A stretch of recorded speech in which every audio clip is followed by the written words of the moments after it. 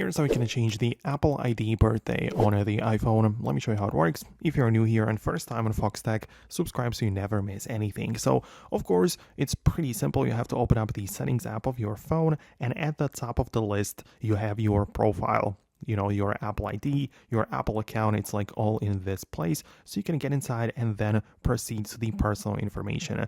You're going to click on it as such.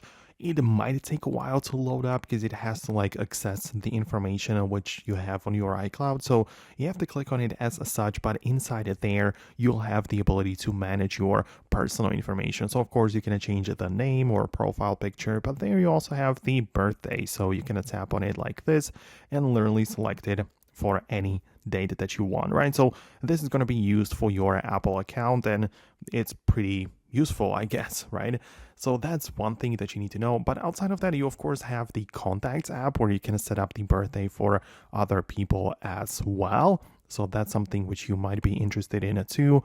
And also like different places, like different social media apps have their own, birthday and profile, so you can also change it separately for those apps. But as I said, inside of the contacts, you have literally the ability to add your birthday in here, and it's kind of like separate for some reason because you would think that it's your account and you would know that from your like Apple ID profile, but in the contacts you can set up your own birthday for your like own contact for your profile separately. So yeah, that's all I really wanted to show you and explain in this video. In case you have some more questions, let me know about those below in the comments.